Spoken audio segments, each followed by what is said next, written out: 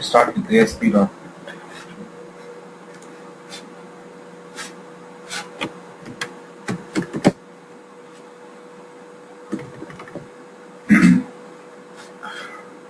So now first let's understand what are different things we have in ASP.NET first before actually starting up understanding much deeper into coding and all.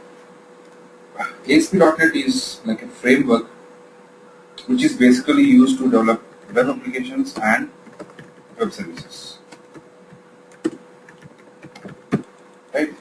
This is the main framework which is again anyways built on .NET framework itself, but specific to ASP for developing web applications. Right? So even before ASP.NET, we had ASP, or normally we call it as classic ASP, which is actually active server pages. So when we had VB6, I hope you remember, we had two different development platforms of Microsoft, which is VB6. So this was used for desktop-based applications, and we had ASP, which was used for web applications. So normally ASP or classic ASP, right? And there are many upgrades which are done as compared to ASP in ASP.NET, right? And this is VB6 and ASP are not object-oriented model programming language. They are like a plain class and structural-based development platforms which we have. And .NET is the first hook-based technology which we have in Microsoft platforms, right? And ASP.NET is basically introduced on 2002, and from 1.0 version itself, we have ASP.NET being introduced to market. Right? Now, why do we need a web application? I mean, we have seen different web application or different type of applications, right?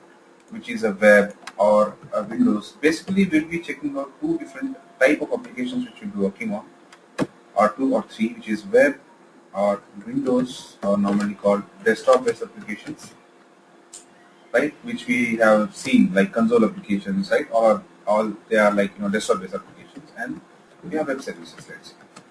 Now, many ways web services comes under as an integral part of web again, or sometimes you can also use web services for desktop-based applications.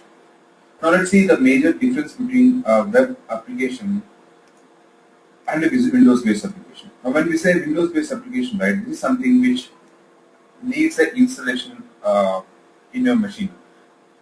Let's say you have a office where you have, let's say, 50 employees working, right, and you want to circulate some application to everyone, and that application is of type Windows-based, right? Then you have to create 50 parallel installations of a Windows-based application across the machines, whatever they are using. And if a person moves from one machine to other machine, then it's very important to make that application available, right? So that is something which is desktop-based, which we normally say. Take an example of Skype, right?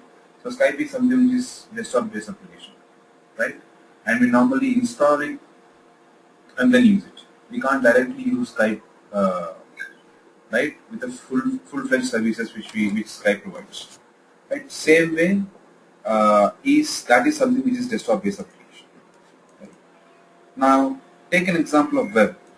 Now, web is something which will be deployed or installed in one machine, which we normally call it as a web server or a server, physical server, and it will be served to all 50 people. Right? So that is a web server.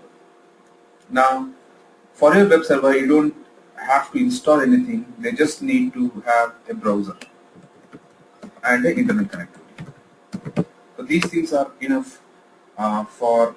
So it is not internet, or let's say intranet. Let's say you can also have intranet applications, right, where it will be running on a local LANs, right, which is local area network. You can actually enable your sites even for your local networks also, right? But basically, if you're building something, it can be either some network should be there so that your server is accessible for the machines, which anyways will be there.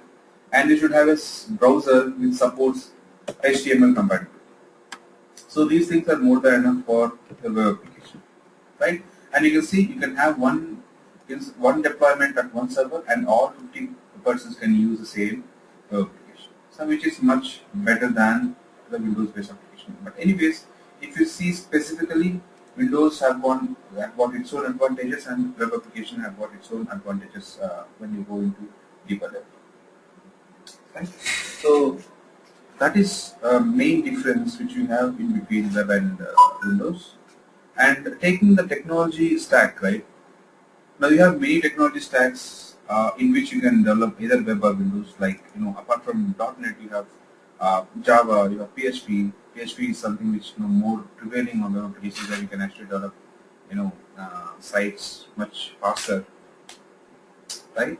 So in this way, you have many technology stacks where you can use. But the end user, whoever is watching at a page, or a any browser page, right? He doesn't feel that he doesn't feel the difference that it won't be different. He won't be able to differentiate whether he's looking at a JSP page or a HTTP page, right? Not through the URL, but the rendering part of a page will be pure HTML, right? You take any technology to develop a web application, doesn't matter, but it should render, or it should actually give out an HTML output so that a browser can understand and pay to the user. So that's the main common, common property which every web application development platform will have, right? And even we will have in ASP.NET. So these are main thing. Now coming to other properties, right? Now whenever you are using web application, and now normally you can maintain, multiple things at one place. So in desktop-based application, if you have some simple upgrade or a new feature you added to your application, then you have to again circulate everything to all 50 people and make sure everyone installed that. Right? But if you're using web application, your maintainability will be easy to work on, right? Which will actually give you a high yield over here, right? In our application model. But yes, the only thing which you will be needing is you should be in a continuous network mode, right? So that is very important. So let's come to the specific to web application, how normally it works, right? So web application basically contains few architectural components. Like whenever we talk about web application, let's understand how the internet hub is created.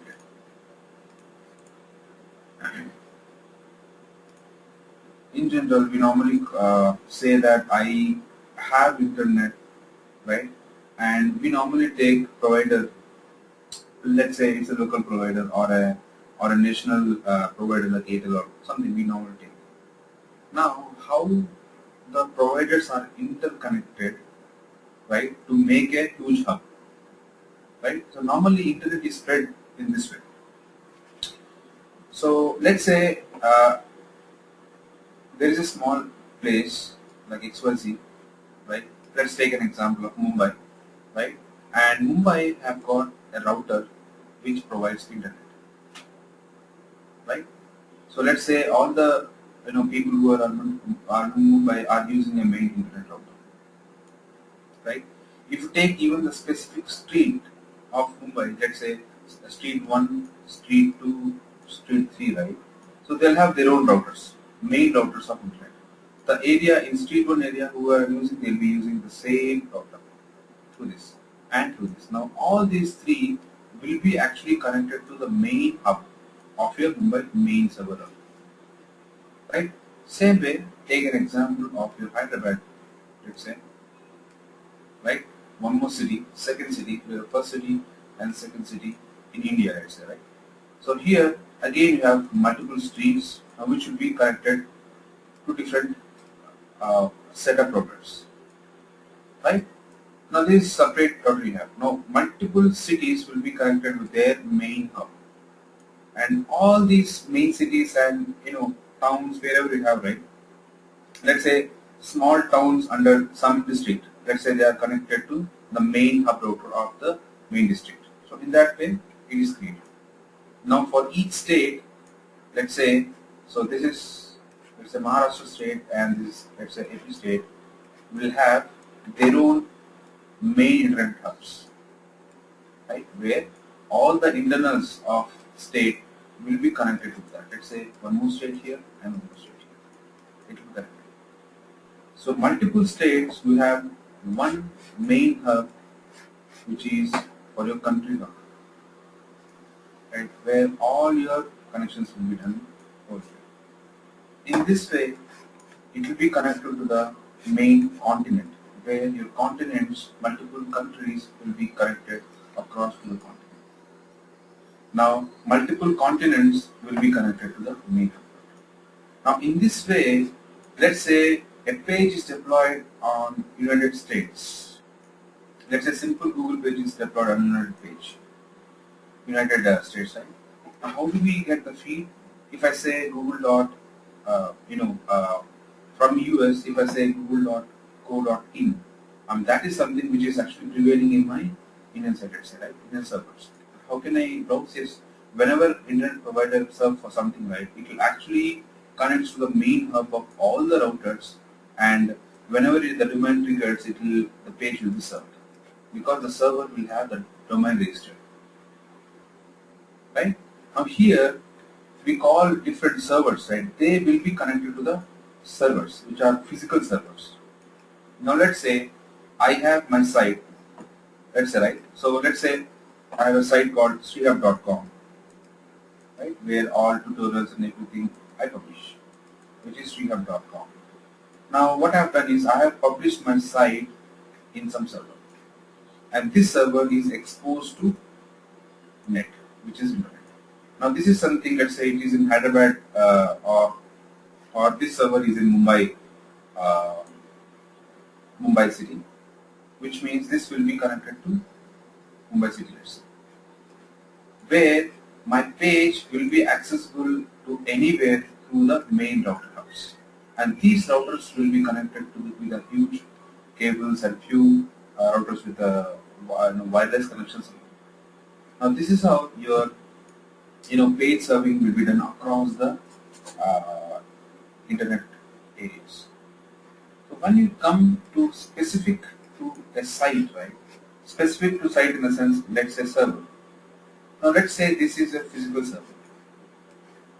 Right? Physical server in the sense I'm talking about a machine, right? Machine which is a server. Let's say Windows server. Let's say this machine contains something called, now our laptop contains, let's say, Windows 7 or Windows 8, right? Professional home premium. Same way servers will have, let's say, Windows server. Let me take it as 2012 or 13 server, right? I have this OS being installed, which serves as a Windows server. Now this is a physical machine containing my OS. Now this is called as a server. So in this server, now let's say that this is connected to internet, which can actually serve. Now what I'll be doing is I'll assign this server with some domain name. Now every server will have its own IP, right? It will have its own IP, and it will have its own host name, right? What I'll be doing is I'll actually register my IP with the main domain, right? If I'm using my server in my house, then obviously I'll have to register my IP with the domain I registered. Let's say the domain is srihub.com, which we have, right? So this is my domain, right, which I have actually registered, right? And the site is live. How it is live? Because I have IIS server, which is, now this IIS is something which is a web server provided by Microsoft. Now IIS is a web server. There is a difference between web server and physical server. Web server is a software where we normally deploy or install our web application. All the web pages and everything will be installed on IIS, right? And this is something which will allow a port. Let's say it's an 80 port, which I am allowing. Now by default, if any server have got 80 port, right? I hope you understand what is a port and what is IP, right? Right? Port and IP. Now it is like IP is like a street you have, and port is like a door, right? In this street which contains multiple doors, I'm actually hitting the 80 port door, which is a 80 port. Now this will be your default. Now whenever any machine, in any machine, if once any application is using any port, the other application cannot log the same. Use the same, because this port will be locked. Let's say my application, which is srihub.com, is deployed here on 80 port, which means anyone who tries to access my server, which is srihub.com, I've registered my IP of this machine with a domain called srihub.com, which means whoever serves srihub.com, it will automatically map to my IP, which is a static IP, right? Which is a static IP. Now, what is static IP, dynamic IP? I'll just let you know. Right? Static IP, which will be registered over the network, and in static IP, it will search for 80 port, right? In 80 port, I already have a web server. Now, web server, what is the work of web server? A web server is an interface where, let's say I've copied all my pages, login.aspx or home.aspx, and all. Now, whenever request comes up, right, based on the page request, my web server will pick the page and serve back to the user. That's what the main server does, right? Now, that's how whenever you serve site srihub.com, right, it will actually give you the specific page whatever you are accessing, and all the components internally will be automatically rendered, and that rendering is being created by your IaaS, which is a web server. Now, IaaS we normally call MS IaaS, which is Microsoft Internet Information Services. Don't worry, we are going to see even IaaS part once the ASP.NET comes towards completion. We'll also learn how to deploy things on IaaS. This we'll see simple IaaS, and also we'll check out the administration, a simple administration part of IaaS, how to deploy and how to change port, how to restart your server, how to restart a specific web application, what is an application pool, how to register a .NET version with your application. All these steps we'll see as part of deployments, which is very important to understand. Right? Now this is how the site will be served. Right? So that's the reason why we normally call web server. All your web pages will be served to the outside world. Right? Now this is how a web server works on certain port, on certain operating system as such. Now coming specific to web server now. Web server where you are actually deploying your website, right? Now coming to website, you can actually develop your website in ASP.NET, right? Which contains, let's say, web pages, right? And also you can also develop your website in MVC, right? Which contains views and controllers, which is models, views, models, and controls. Anyways, both will actually give an output of HTML. Now, which will be rendered in a browser, right? So this is what happens. So you have a multiple stacks here itself, and you can choose. Both are used for developing a web application, but this is something which gives specific functionality on MVC model, and this gives the specific functionality where you can directly write your web pages and code behind the application. Right? We'll see that. So in this context, we are learning ASP.NET, where it contains all the all different entities, all different web pages, different controls, different session models, different cachings, different states. Right? All these things are something which we are going to learn as part of ASP.NET. Right? That's where our ASP.NET and your MVC comes, which is basically for your web-based application development. Right? Now, tech stack, your coding stack can be anything, right? Your browser, as it is capable of reading HTMLs, right? HTML rendering. So that's the reason why any stack server will convert to HTML to read. Now, when it comes to browser, right, we have many browsers like Internet Explorer, Chrome, and all. Now, even across Internet Explorer and Chrome and all, you have different versions of browsers. Now, why do we need different versions of browsers? We know that it is HTML and you can have one browser and that's it, right? because HTML versions are also growing. Now the recent release of HTML is 5. HTML5 is a latest HTML version going on, where let's say if you are using IE8 or less than IE8, right? Now HTML5 components may not be completely rendered in IE8, right? Now if you're using IE9 or IE10 or greater than IE10, right? Now which is completely compatible with 5 bits. Now latest browsers, if you're using Chrome or Mozilla, right? Now they are fully compatible with HTML5. They're fully compatible, right? All the videos, I mean HTML, there are whenever you say a new version of HTML, which means new tags, new features will be added to the HTML, which everyone, all the browsers have to obey to follow them. Right? That is a community enough, right? Which is a centric community for across the browsers. You have many browsers, like you have Chrome, you have Mozilla, you have Internet Explorer, you have Netscape, you have Avant, you have Maxton, right? Safari, you have so many, so which does the same thing, but the rendering and the way it renders make you uh, makes you feel the browser.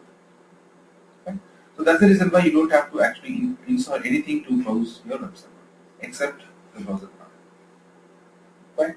So this is how the normal website or any web normally works. How internet hub works, and in internet what is a part of our server, how our IPN port works, and how the domain is registered, and in that what is a web server, right? How does it read file and serve back, and how do we log code, and when it comes to web application, what are different stacks we have in .NET, right? Which we are going to learn, right? And the specific things like different browsers we have and compatibility. Right? So our .NET greater than 4.5 or 4.0 is completely compatible to develop HTML5 applications. 5.0 applications you can develop in here. If you are using 2.0, right? I mean, it may not support complete HTML5 tags, right? The latest ones, yes, will support HTML5 if you're using specific to HTML tags. Okay.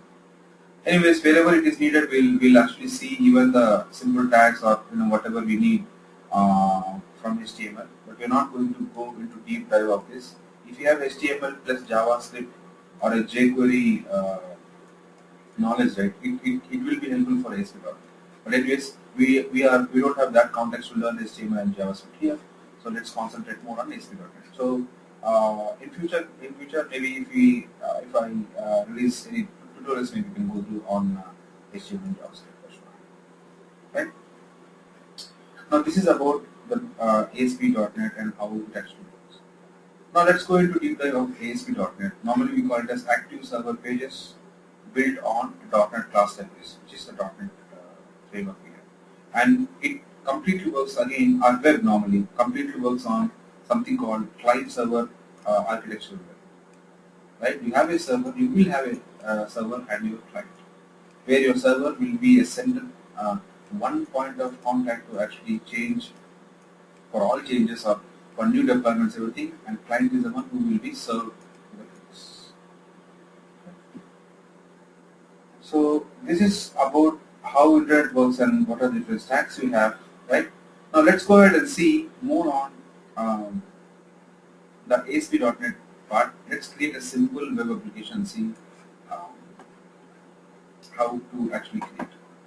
Now here you can see I have a solution, intro.cs. If you remember, we have already understood solution. Our solution is something which keeps all the projects we create under solution inside, right? So these are the specific projects for specific reason you created, and all are connected to one single solution.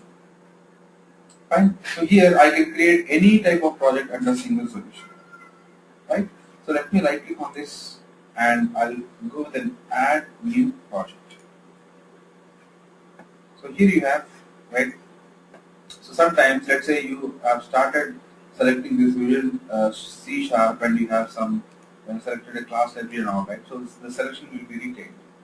But now as we are going to go with web application part. So you can specifically select web, where you can see you have many features of MVC web, and you have, sorry, yes, MVC, different MVC versions you have. Anyways, we're going to learn the latest one, 4. And we also have in market 5, but 4 is a completely built one. We will actually go through this. And it is for MVC. And anyways, for ASP.NET, we have a direct web forms application, which is ASP. Right? Now here you have a WCF, a separate, application. We'll actually look into this when we come to services part. Right? Also, if you want to select specific .NET version, we also have this. We have already seen this in our C#.NET, right? Based on the application type. Let's say if you're developing a brand new website, right, and if you feel that you can actually use a newer version of .NET, then you can install your .NET framework, right, and it will be automatically registered with your Visual Studio, right? It will actually get all the frameworks that you have installed, right? So let me just leave it as 4.5, which under 4.5 I have these many type of projects which I can do. Now let me select 2.0. You can see when I say 2.0, I have only few projects which I can work on, because this library supports only these type of projects. Right? Now let me select 4.5, where I have multi latest application types which I can select. Now here you have two different web application to create ASP.NET web application, right? So you have two different project types. One is empty web application, where you can see a complete blank project where we can start creating pages. And when you select web forms application, this will create a default site for you, right? It will create a home page. It will create there will be so many things which you can see, right?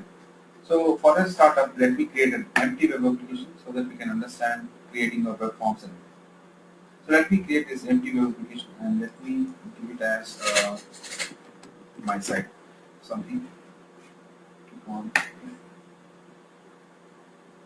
Now here you can see this actually created my site, and you can see the symbol of this got changed. Right? Till now, whatever libraries we created is something here, right? And now you can see this is something else. Now you can see that some other project is on board, which is like is a startup. Let me make this a startup. Right click and set up. Now this is your site. Now this is a blank site which doesn't contain anything. Now first thing what we have to do is, in order to create a web site and different pages, right? We normally call pages in our ASP.NET. If you are actually developing in ASP.NET, we normally call them each page as web form. Web form is the one which is a nomenclature for each web page in our website. So let me create a new web form here. So right click on your site. You can go to add. Now you can see you can actually, whenever you select a project type, right, automatically it will give you different options. You can see I can create a HTML page, JavaScript, style sheet, web form, or a master page. We'll come to master page and tagging everything later. But let me select a web form. And if you don't get this option, you can always go to new item, right? And you can see here that you can select a specific one that I want a web, and you can select a web. Right? So let me give it as a default name, which is default.aspx.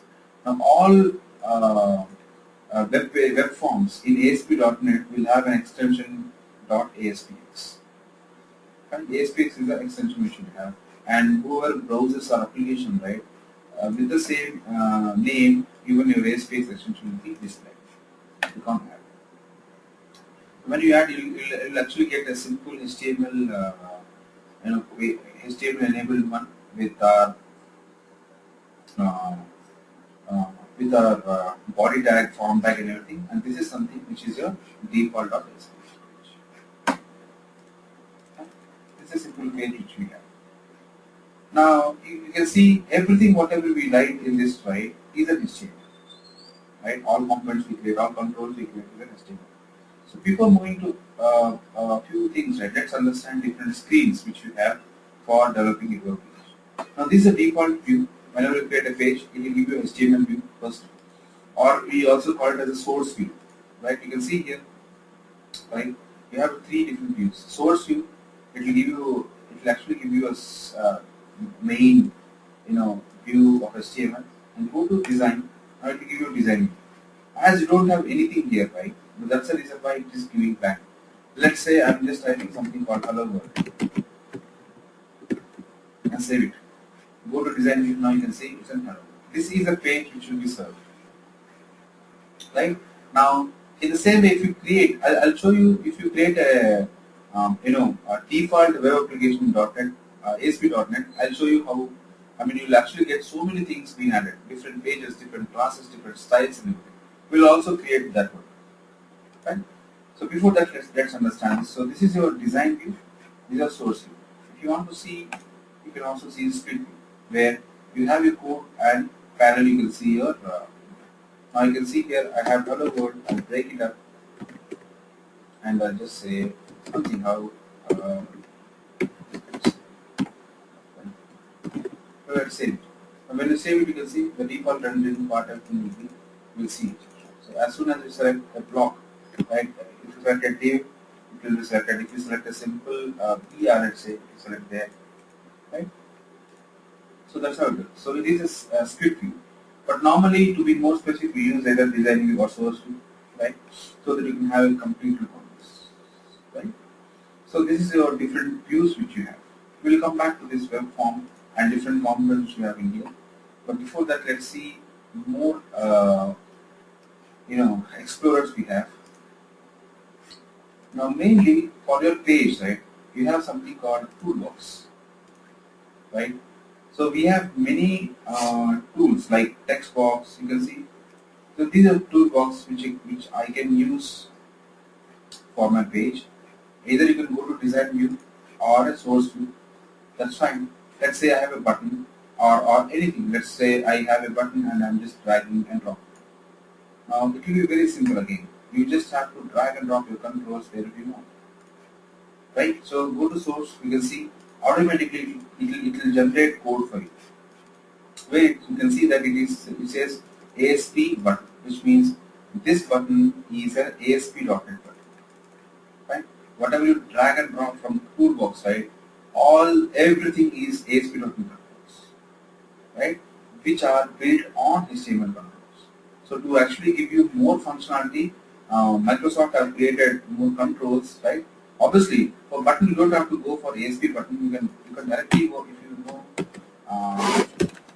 if you know HTML, right? You can directly go with let's say BR input of type, let's say button, right? And value, let's say this is my controllers. Right? So this is your classic. I mean your actual HTML button which you have, and this is your ASP.NET button. Go to design view, you can see both are buttons. But this is something which is HTML button, which says input. But this is something which is ASP button, which is your ASP.NET button. Now, your ASP controls, right, always run at server. There are two things. Whenever you use your ASP.NET controls, right, most of the controls will run at server, which means it will be all the rendering part and the events part, everything, even the display part will be executed at server and will be displayed. But if it is your HTML, then it is rendered at a client side, right? When you render your page, all your clicks and everything will be handled at your client side. That is the difference. You can have many things. You have checkbox, you have radio buttons, right? You have multiple things which you can directly use from our .NET. So that's the reason why if you are actually using your .NET controls, right? Our .NET, ASPX page definitely need to map with some version. That's the reason why whenever you are creating your site, make sure to select the right version, because if you are using older versions, some controls may not be available, because latest versions will always have more controls than the older ones. Right? So this is your toolbox which you can see. Now for each control you drag and drop, right? You may want to set some properties, right? properties in the sense that you can see here the name is button and there are so many other stuffs. Or if you want to increase the size of this button, then you want to do so many things. So these are called properties. But those properties window normally you will see it here, which is properties. And let's say if you don't have properties here, you can always go to view and you have something called properties. You don't have it, go to other, and you have property manager, which is you have properties window. Yeah, this is the properties window you have, and you have a toggle button. Just select on that. Click on class view. Whatever windows you don't want, just close them. Right? Team Explorer, Team Explorer, and yes, this is your property. Let's minimize this. So these are property. Now, with respect to control, you select right. The properties will change. Select on button. Now you can see this is specific to your button control. Where you can see ID is nothing but the actual ID of button. There are two main things: ID and value or text. Text is something which you can see on top. This is a plain text we have. Let's say this is text is something like a submit. Enter, right? I changed it. This is fine. The button on button whatever I show is submit. Now what is an ID? Whenever you create any control, right, it will actually ASP.NET control at least. It will create by default. It will create an ID for you. Go back here and see. It will create an ID. BTN1, which is sorry, button one is an ID. If you want to change, you can always change. Let's say this is submit button. Right? I want to make it more clear. Now you can see as soon as you mouse over, you have a submit button. Go to source. You will see ID will change. Right? And you can see that as I actually was moving the size, right, you can see automatically your source size will also be changed accordingly. Right? This is how your properties window will work, right? And your toolbox and properties window, everything. Whenever you are actually developing something on ASP.NET, make sure these are always attached to the windows, so that whenever you want you can get it back. Now you can actually get your properties window even by click on this and properties will get it. Otherwise, select and click on F4. F4 is a shortcut for getting properties window, right? So based on selection, F4. Oops, I just did F5. That's right. So if you want to run this program, you can see if you run the program, right? You can see here that it says localhost. We'll come to this later. Don't worry. I'll actually explain the complete thing. Now you can see this is a sample page here. Don't worry. I just clicked on F5. We'll see that part. Click on F4. We'll see this. So this is your views, different views which you have, and you have your toolbox, properties window, and other things. Now let's come back to the Solution Explorer. Okay. So in Solution Explorer, if you see this project, right? Now in this project you have default.aspx which we created. Now expand this. Now here you will find two more files. One is a designer file and other is the ASPX file, which is ASPX dot, which is a code behind file. Now normally, see, we have so many things here, right? We have submit and so many things. But where do I write code? If I click on submit, what to do? We should have some place where I can write code, right? Now that is your ASP.cs file.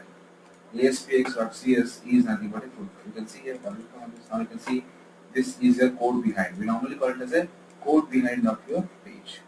Either you can go here, or if you want to go directly, right click on this page, you have view code. Right? Or else if you want to shortcut, if you are in a web page, press on F7. F7 will take you to the code behind. Now you can see by default you have your page load. Page load is the one which is a default event which will be there. No worry, we'll come to events on all later. Right? So this is your code behind which we have. Right? And as I said, your extension will always be your ASPX. Right? So this is about different views and everything we have. So what else? Yeah, one more thing. Now, how does my ASPX know that my code file is this default.aspx.cs.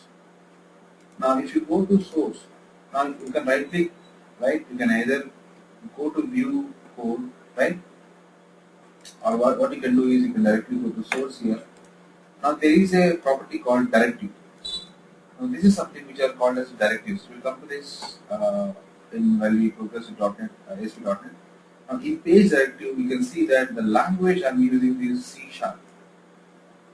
That is the reason why you will have the class file extension as .cs. If you're using VB, it will be .vb, right? And you can see that code behind property of my directive is default.asp.cs. If I give some other code behind .cs file, it will be tagged to that file itself. Now this is the one which actually tags your ASPX page with your code behind it. Right? So that is about your web form we have. Now this is called as a web form. This is default.aspx, one web form which we have. Right? So this is about simple intro to ASP.NET and what are the different things you have in here, right? And what else do we have in here? Anyways, we'll be going through a few of most of the controls. We'll also see controls part, and here you can see you also have something called HTML controls too, right? I just did input button now, right? You can directly drag and drop that. Yeah, this input you can see type is button, value is button, right? It creates an editing. If you are more passionate on writing code, even HTML code, you can type it, or else you always have few things which are ready for you. Now this is something which is sample page. Now let's see how to run this page. Right. So normally the building of a solution, everything will be same because you have a class files and you have pages. Your HTMLs will not be built, right? They are not actually converted to binaries because they are plain HTMLs. But the code which you write in between, that we normally call the scripted code, right? We'll come to that part, right? They will be actually mapped to scripting, and it will be built. But normally all your code behind everything will be built, right? So if you are changing anything, it's very important to save and rebuild it so that it will take it. Now, so when I'm actually running my .NET application from Visual Studio, right? Now, if you remember, we said unless you have a server or a web server, right, you will never be able to run your web application. Now, how can I run my code using my Visual Studio? Right? Now, it contains a default server. Now, you can see here, as soon as I run, right, you can see that it contains an IIS Express server. Let me close this first and I'll run it. See here, this is a plain code where I don't have any, let's say, no server, nothing, right? You can actually run your application in multiple ways. The first way is you can directly run it from as a F5 or direct run, or you can actually do a mapping to your local IIS with some port. Now, how to map that and all we'll actually learn as we go on. But as of now, we can run it directly where your Express server will be automatically built for you. Now, Express server is inbuilt to Visual Studio, right? Your IIS Express server, and whatever port is assigned while creating a project will be picked. I'll show you where exactly it will be, and on that port it will run. Now, there is one more option in latest Visual Studios where you can actually select your browser, right? In older versions like take an example of 2010 itself, you will have only run button. You will not have selection of your browser. Now when you run it, right, automatically whatever browser is default in your machine, right, the site will open with that default browser. But here you can select, I have many browsers installed, right? Safari, I have Chrome, I have Firefox, and I have Avant browser, right? I can select any browser I want. Also, we have one more thing called, you can also select your if you don't have any browser which are listed here, you can also select the installation path and you can select that. By default, whenever you run a program, it will pick that browser. Let's keep Internet Explorer as default, which we have. Right? Now see here, whenever I build this, rebuild it, and whenever I start running, oh, I've built a solution again. Okay. Right? Whenever I run this project, see here, what happens. Now you can see my IIS Express will be created. Let me double click on this. So view sites, you can see, show applications. This is your Express server console, which is all running here. Right? Now you can select each and every one. You can see, right, on which platform it is running, right? What is the code path you have, right? This is my code path of my site, right? And where is the config path? Everything you can see. Now this is same as, like, this is as sample Express server which you have, where you can run your application directly from your code. It supports everything. Whatever IIS supports, your Express server also supports it. Right? Now if you want to stop, you can stop directly, because now as we are in training, right, I'm actually opening only one site for training. But normally in real time, right, I normally take, if you take my example, if I keep more than 2 to 3 sites running in parallel, right, which will be using different ports. Now you can see here, it is using 5604 port, right, because it was free and it took. And what is localhost? Localhost by default is nothing but your, whenever you give localhost, right, your browser will understand that it has to search your local machine. That is a localhost, right? And you have colon with some port, which means localhost port. Localhost port some localhost, your colon and port means it will actually go ahead and search your whether anything is opened in this port in your local machine. Yes, it got one page and it actually served. Right? So that is your by default server. So don't worry about it. It will be mapped. Now if you go to solution project properties, right? Now here you can see different things here. Anyways, we are already seen this part, which is application. Let me close this. Now as soon as you close your browser, see here I'm running on IE, right? When I close this browser, it will automatically stop debugging. Now it is in debug mode. Now you can see it will automatically stop debug and it will come to edit mode again. Go to web. Here you can see, right? You can always select, if you want to go with local IIS, right, you can always select that. Now you can see that as soon as, if you're running on IIS Express, you can see by default URL is already mapped with 5604. That's the reason why you go ahead and see this one, show applications, you can see the same port here running. Right? You can always go ahead with the custom web server, but as of now, let's not confuse here. We'll see this custom application route mapping, right, when we go ahead with the deployment part. Right? So this is these are few main areas which are important to start up thing.